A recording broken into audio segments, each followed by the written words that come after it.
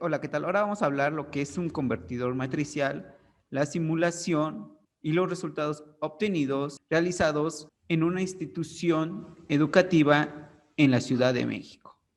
¿En qué consiste un convertidor matricial? Consiste de 9 interruptores, el cuales están divididos en 3 interruptores por cada fase de salida, como se observa aquí.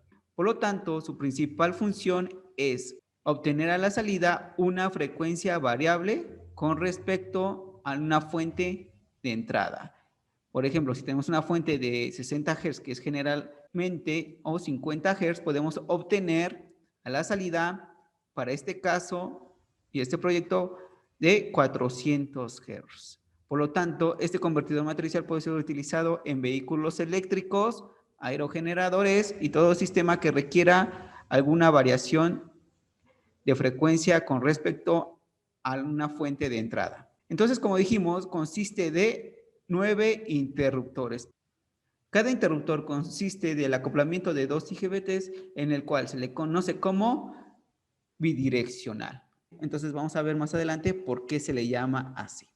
Como se observa aquí, vamos a obtener diferentes estados de conmutación de esos interruptores. Por ejemplo, aquí indica en azul que el interruptor 1 de la fase de entrada A está conectando a la fase de salida. Para esta pierna nos indica que este interruptor 2 de la fase de entrada B está conectando a la fase de salida V. Y para esta pierna, que este interruptor de la fase B de entrada está conectando a la fase de salida W. ¿Vale? Y así sucesivamente vamos a tener diferentes estados de conmutación. Dos estados de conmutación que no se permiten es que, por ejemplo, el interruptor 1, interruptor 2 y el interruptor 3 de la fase de entrada A, B y C respectivamente, no conecten al mismo tiempo una fase de salida. Es decir, estaríamos poniendo en cortocircuito las 3 fases de entrada. Otro estado de conmutación que no se permite es ningún interruptor haya cerrado.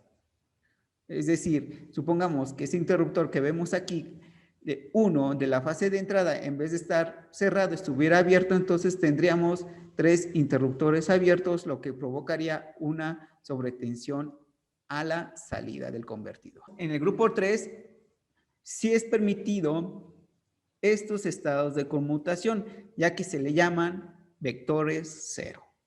¿Vale? Entonces, para llevar a cabo estos estados de conmutación, se requieren un algoritmo de control para poder realizar el apertura y cierre de cada uno de los interruptores. Como vemos, son 9, pero recordar que cada uno de estos puntos representa un interruptor, el cual es igual a un interruptor bidireccional. Es decir, vamos a tener que obtener un total de 18 señales PWM. Por ejemplo, son 6 señales PWM para la pierna de salida U, otros 6 interruptores para la pierna de salida V, otros 6 PWM para la pierna de salida V. ¿Vale? Para llevar a cabo estos estados de conmutación, por ejemplo, en este ejemplo en el cual vemos de la transición de A, B, B, A, B, A, observamos que el interruptor 1 de la fase A está conectando a la fase de salida U, ¿vale? Pero ahora, si se requiere conectar la fase de salida U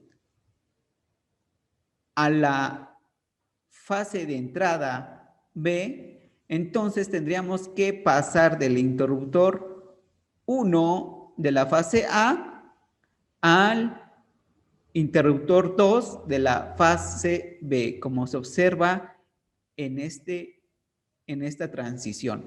Pero para llevar esa transición de conexión de la fase A a la conexión de fase B para la salida U, se requiere una conmutación conocida como 4 pasos y que vamos a ver adelante. Y aquí vemos esta transición, pero va a depender de la dirección de corriente de salida en esa fase. Por ejemplo, aquí dijimos que es la fase de salida U, ¿vale? Aquí vemos la fase de entrada A que está conectando totalmente a la fase de salida U. Y queremos pasar, como dijimos en la diapositiva anterior, la fase de salida conectándola a una fase de entrada en B. ¿Vale? Pero para llevar a cabo esa transición de A a B, necesitamos realizar una conmutación conocida de 4 pasos y cada uno de esos 4 pasos lleva un tiempo de transición, ¿vale? En el cual vamos a ver más adelante en la simulación. Y como dijimos, también va a depender si es positiva la corriente de salida o negativa, ¿vale? Va a depender de esa medición. Como dijimos, cada interruptor corresponde a un interruptor bidireccional, ¿vale? Entonces, en este caso, aquí vemos Q1 cerrado y Q2 cerrado, ¿vale? Entonces, aquí Q2 se abre, pero se mantiene cerrado Q1 y por lo tanto el flujo de potencia sigue hacia la fase de salida U y aún, entonces aquí estamos cumpliendo el estado de conmutación de que ninguna fase de salida debe de estar desconectada con alguna fase de entrada. ¿Por qué? Porque Q1 no lo permite. Aquí sigue el flujo Q1, se mantiene cerrado, pero el que se cierra en este caso va a ser Q3 de la fase B. Entonces el flujo de potencia va a ser en este sentido, ¿vale? Entonces aquí dijimos a fase A, fase B, fase A y fase B de entrada, ¿vale? Ahora, el tercer paso es abrir Q1, ya que Q3 está cerrado y permite el flujo de potencia a la fase de salida U. Entonces, Q1 y Q2 ya están apagados. Por lo tanto, el interruptor bidireccional de la fase A está totalmente abierto. Y un IGBT del interruptor bidireccional de la fase B está cerrado y se mantiene durante un tiempo y por lo tanto, entonces ya podemos conmutar a Q4, ¿vale? Entonces el flujo de potencia va a ser así y vamos a obtener una salida de este tipo. Es importante realizar un algoritmo en el cual debe sincronizar estos estados de conmutación, así como en cada estado de conmutación realizar cada uno de los 4 pasos de transición, de acuerdo al sensado de la corriente, si es positiva o si es negativa, ¿vale? En caso de que sea negativo, pues como vemos aquí, va a hacerse la transición. Como dijimos, entonces, recordar que cada switch corresponde a un interruptor bidireccional. Por lo tanto, vamos a tener 18 señales PWM sincronizadas, ¿vale? Entonces, como vemos, de la transición de esta fase a esta fase de A a B para poder conectar la fase de salida U, debe de pasar un cierto tiempo de encendido y apagado de cada uno de los interruptores. Entonces, esa transición o conmutación de 4 pasos vamos a tener T1, T2 y T3, como se observa en la figura y es lo que vamos a ver también en nuestra simulación, ¿vale? Para llevar a cabo esos estados de conmutación se requiere de un algoritmo para el control a la salida y poder variar la frecuencia de oscilación en la salida del convertidor matricial. Y el que va a hacer la chamba va a ser un DCP, en este caso se utilizó un TMS 320C 6713. Este DSP es el encargado de realizar todo el cálculo complejo para poder determinar los anchos de pulso de cada uno de los IGBT que comprenden al convertidor matricial. Y el que va a enviar los pulsos PWM va a ser la FPGA. Entonces, con la combinación del DSP y la FPGA, vamos a obtener un procesamiento digital de señales a alta velocidad para poder sincronizar cada uno de los 18 IGBTs del convertidor. Entonces, vamos a estar censando el voltaje de salida y la corriente de salida para determinar si es mayor a 0 o menor a 0 para realizar la conmutación de 4 pasos definida anteriormente. Este cálculo, el cálculo complejo de control, el que igual se utilizó para obtener una tensión de salida balanceada, la va a realizar el DSP y los señales PWM la va a realizar la FPGA, ¿vale? Entonces, la FPGA va a mandar los 18 PWM. Aquí va a mandar PWM, digamos, 1, PWM 2, PWM 3, PWM 4, PWM 5, PWM 6, 7, 8, 9, 10, 11, 12, 13, 14, 15, 16, 17 y 18 señales PWM totalmente sincronizados. Bueno, los resultados obtenidos lo vemos aquí en la pantalla que nos proporciona el osciloscopio, ¿vale? Con una tensión de salida y una frecuencia a 400 Hz para la fase de salida 1 y para la fase de salida 2 igual a, oscilando a 400 Hz.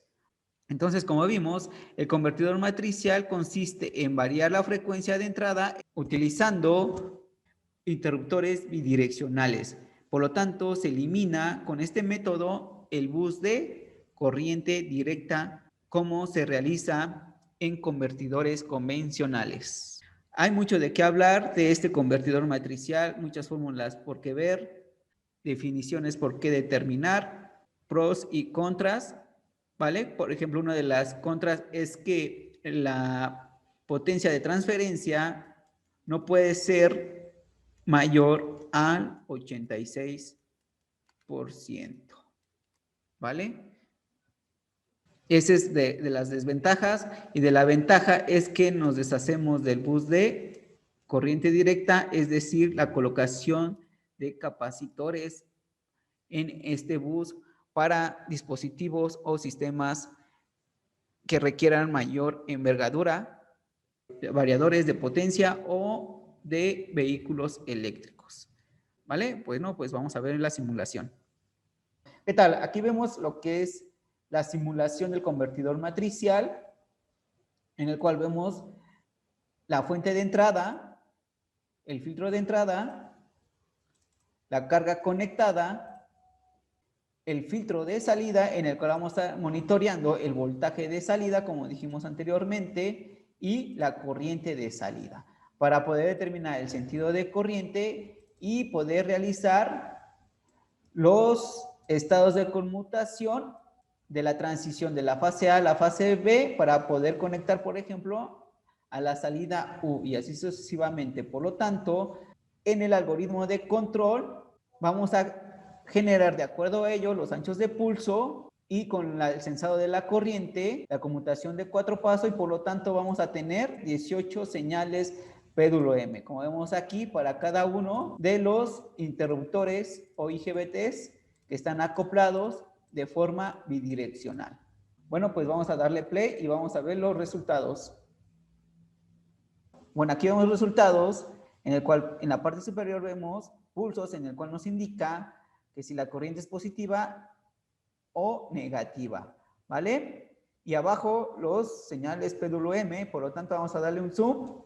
Como vemos aquí, el signo de la corriente en el que nos indica con un 1 que la corriente es positiva y con un 0 la corriente es negativa. Aquí vamos a ver abajo los 6 señales PWM requeridos para la pierna U, ¿vale? Entonces, aquí vemos en amarillo la señal PWM para el interruptor SA1. Y en azul, vamos a ponerlo, ¿qué les parece si lo ponemos en amarillo para identificarlo? SA1 y en azul va a ser para el interruptor SA2, como lo vimos en la diapositiva anterior. Entonces, señales PWM son para conectar la fase A la fase de salida U, ¿vale? Y estas señales PWM corresponden para el interruptor bidireccional de la fase B para conectar a la salida U. Por lo tanto, aquí dijimos que es SB1, como dijimos en la diapositiva anterior, y con este en azul, SB2, que es para el IGBT2 del interruptor bidireccional B que conecta a la salida U. Por lo tanto, va a ser la señal PWM para la fase C que va a conectar a la salida U. Como dijimos en las diapositivas anteriores, en amarillo va a ser SC1 y en azul para el interruptor SC2, ¿vale? Como vemos aquí, vamos a tener la conmutación de 4 pasos. Cuando la corriente es positiva y el algoritmo de control nos dice que debemos conectar la fase de salida U, que la voy a poner U, debe pasar de estar conectada de la fase B a la fase A. Pero la corriente es positiva, por lo tanto, como vemos aquí en la imagen, el primero que va a apagarse del interruptor bidireccional que corresponde a la fase B, que conecta a la fase U, va a ser SB2. Se va a apagar, pero después de un tiempo se va a prender SA1 del interruptor bidireccional de la fase B, correspondiente a la misma fase de salida, en este caso U, ¿vale? Pero como vemos, el interruptor SB1 permanece aún conectado durante un periodo de tiempo, y después de ese tiempo, después de haberse conectado SA1, va a apagarse SB1 del interruptor bidireccional de la fase B, y por lo tanto, después de un cierto tiempo, va a cerrar el interruptor o IGBT SA2, como vemos aquí. Para llevar la transición de la fase B a la fase A, ya realizamos la conmutación de 4 pasos, ¿vale? Bueno, entonces es una de las partes más interesantes del convertidor matricial, ¿vale? Entonces vamos a darle aquí zoom para que veamos los tiempos. Vamos a borrar algunas partes, por ejemplo esta parte para que se aprecie mejor. Y aquí esto lo dejamos aquí. Aquí este. Por lo tanto, aquí vamos a ver un tiempo 1, y de esta transición a esta transición vamos a ver un tiempo 2, y de esta transición a esta transición vamos a ver un tiempo 3. Como lo dijimos en la teoría correspondientes a las diapositivas anteriores, ¿vale? Entonces, estamos cumpliendo en la simulación esta conmutación de 4 pasos. Por lo tanto, estos también resultados los debemos de obtener en la implementación. En este caso, este video solo va a demostrar la simulación, y en minutos anteriores mostramos los resultados de los voltajes de salida del convertidor matricial. Regresando a nuestra pantalla principal, de todo lo realizado en el convertidor matricial, incluyendo el algoritmo de control y la conmutación de 4 pasos, vamos a obtener unos voltajes de salida, y lo vamos a ver en este osciloscopio dándole clic aquí. Y aquí tenemos los voltajes de salida del convertidor matricial el cual está generando una forma de onda a 400 Hz, ¿vale? Entonces, vamos a especificar aquí en amarillo la fase de salida U, la fase de salida V y la fase de salida W, el cual corresponde a un sistema trifásico con una amplitud aproximada de 146 volts a 400 Hz, sin utilizar el bus de DC. Vamos a ver una comparativa del voltaje de entrada con respecto al voltaje de salida. Aquí lo tengo, en el cual vamos a censar el voltaje de salida con un voltaje de referencia, que en este caso es la fuente de entrada a 127 RMS a una frecuencia de oscilación de 60 Hz. Por lo tanto, vamos a ver, dándole clic aquí, uno de los puntos que observamos es que no llega a la misma amplitud del voltaje de entrada, ya que dijimos que el máximo va a ser del 86%. Pero vemos que la frecuencia de oscilación es a 400 Hz con una amplitud máxima. Vamos a darle un zoom. Entonces, esta es nuestra fuente de entrada de 60 Hz en amarillo de entrada y obtenemos a la salida una frecuencia variable, en este caso a 400 Hz. Bueno, fue un placer haber hablado del convertidor matricial, el cual se implementó el hardware y el software utilizando DSP y FPGA. Pues muchísimas gracias. Hasta luego y dejen sus comentarios.